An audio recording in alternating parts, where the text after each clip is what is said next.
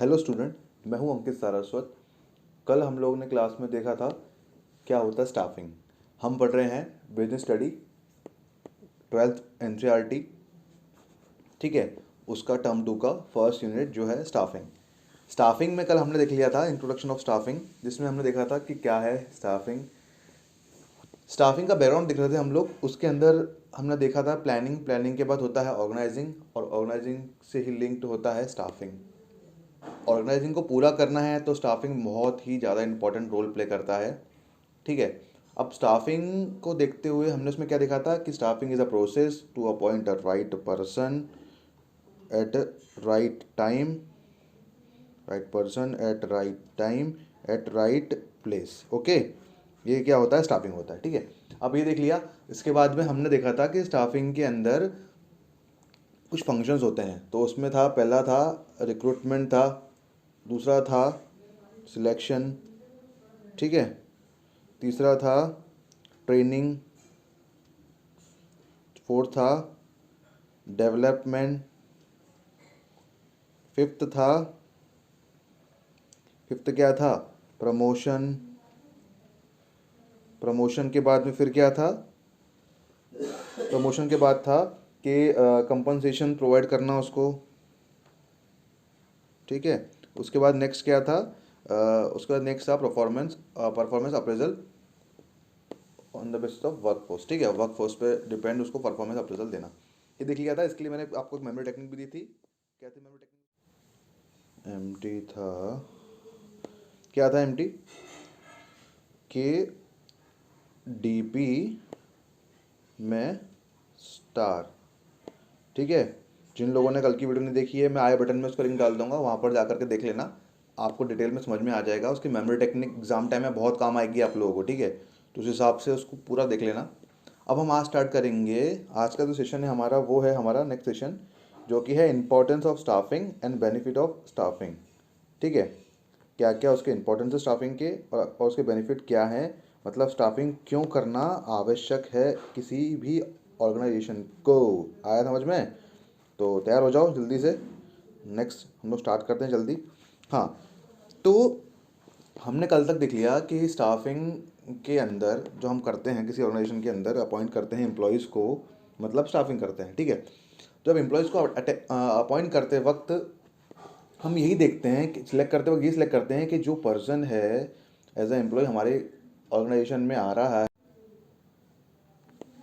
वह व्यक्ति जो है हमारे ऑर्गेनाइजेशन को ऊंचाइयों पे ले जाए। ठीक है, मतलब उसको अपॉइंट करने के बाद हमको बेनिफिट हो।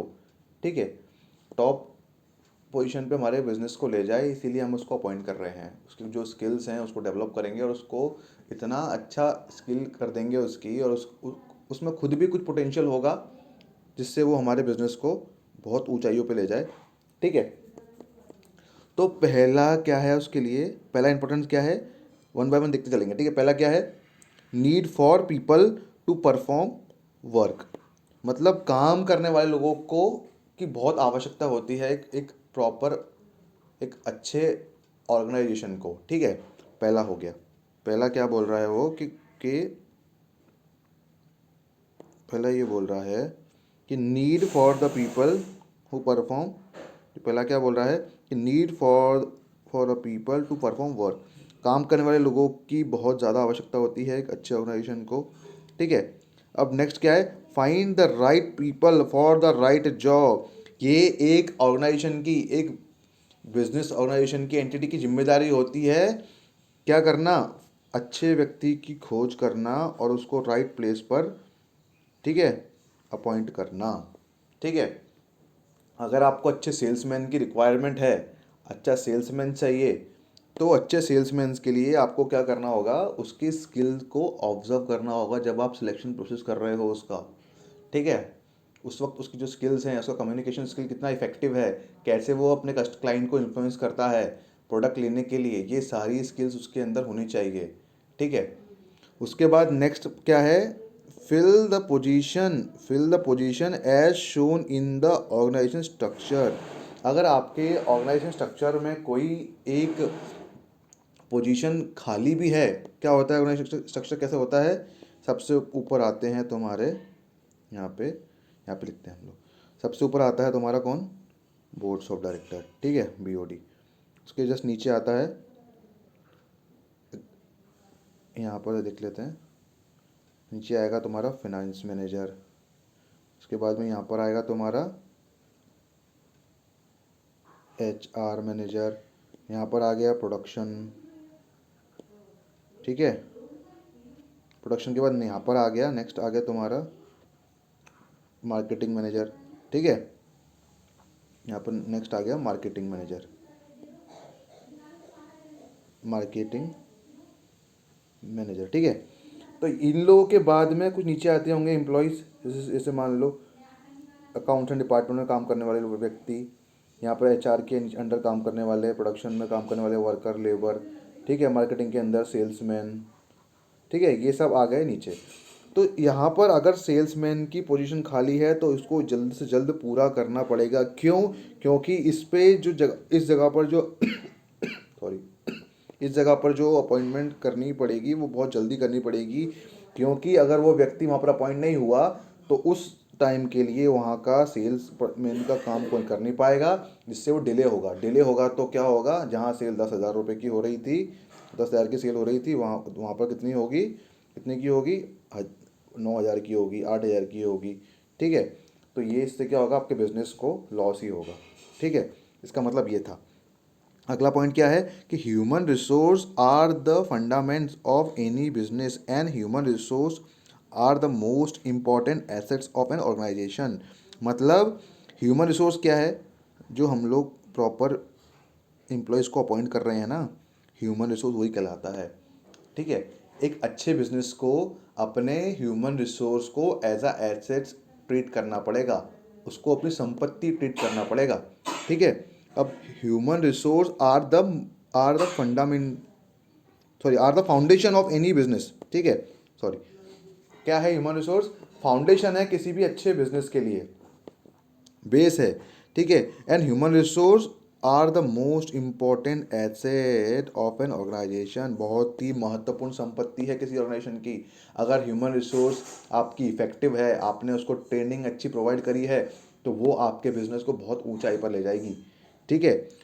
अब नेक्स्ट पॉइंट क्या है, staffing is the most fundamental and critical drive of organizational performance. किसी भी ऑर्गेनाइजेशन की परफॉर्मेंस के लिए, ठीक है, स्टाफिंग बहुत ही फंडामेंटल ड्राइव है। मतलब किसी भी ऑर्गेनाइजेशन को अगर डेवलप होना है तो उसको पहले अपना स्टाफिंग को ही अच्छा मजबूत रखना पड़ेगा।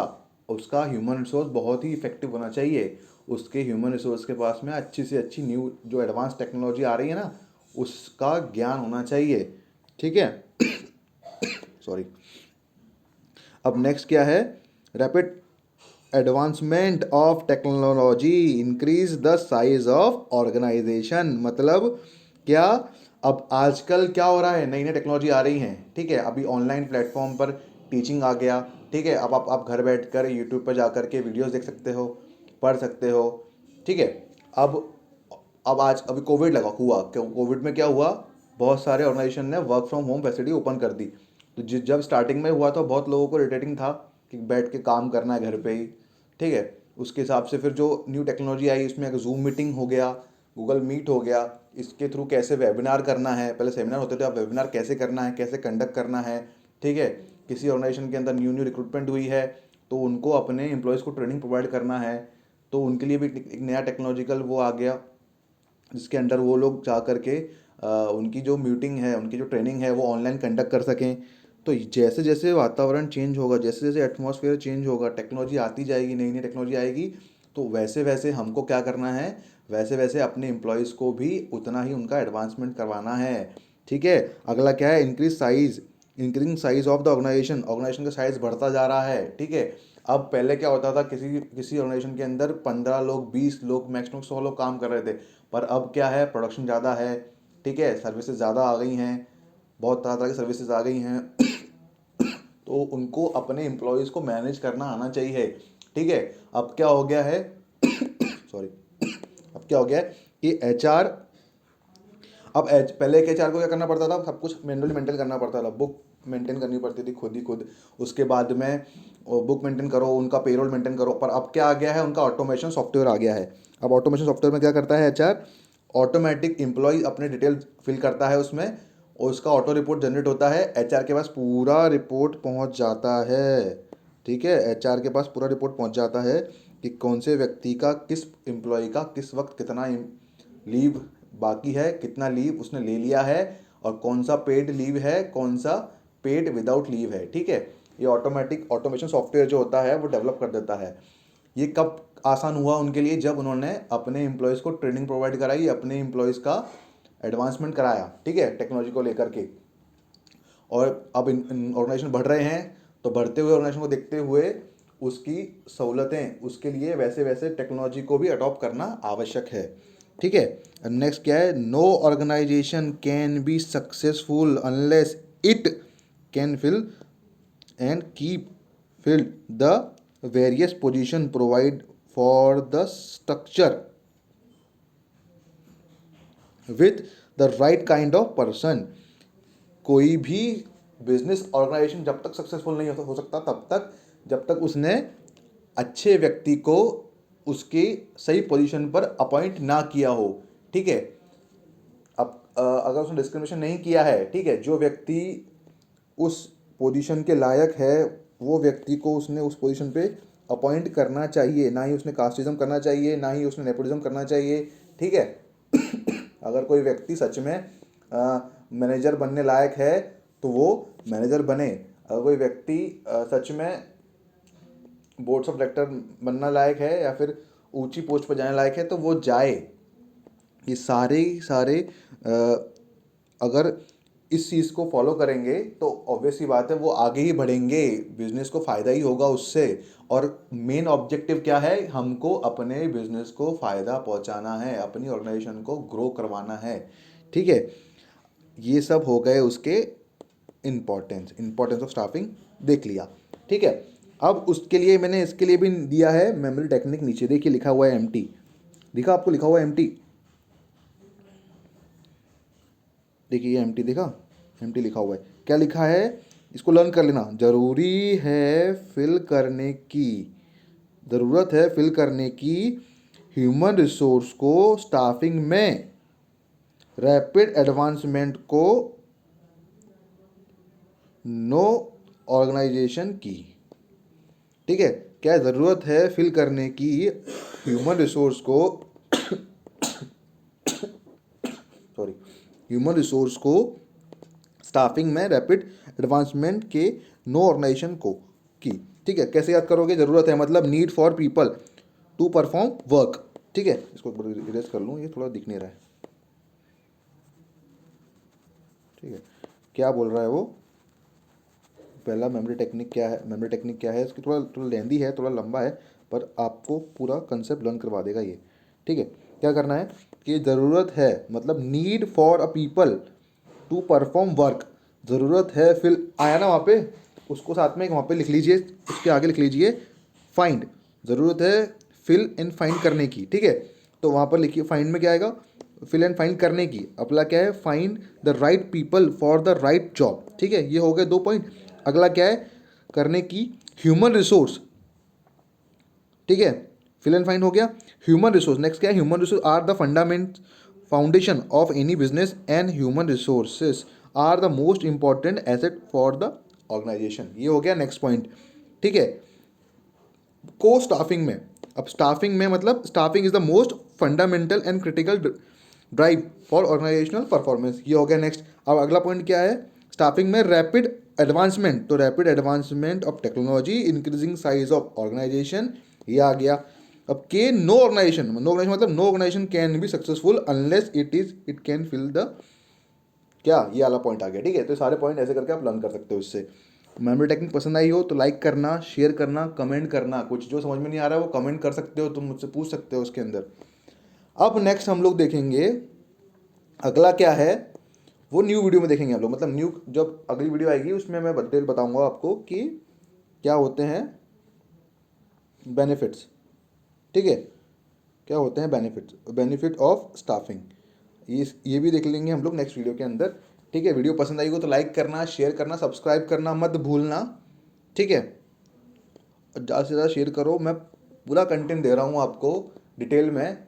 अगर आपको टीचिंग स्टाइल पसंद नहीं आता है तो वैसे भी बता सकते हो कि आपको किस वे में चाहिए, मैं वैसे भी आपको आपके अकॉर्डिंग इसको कर दूंगा, ठीक है।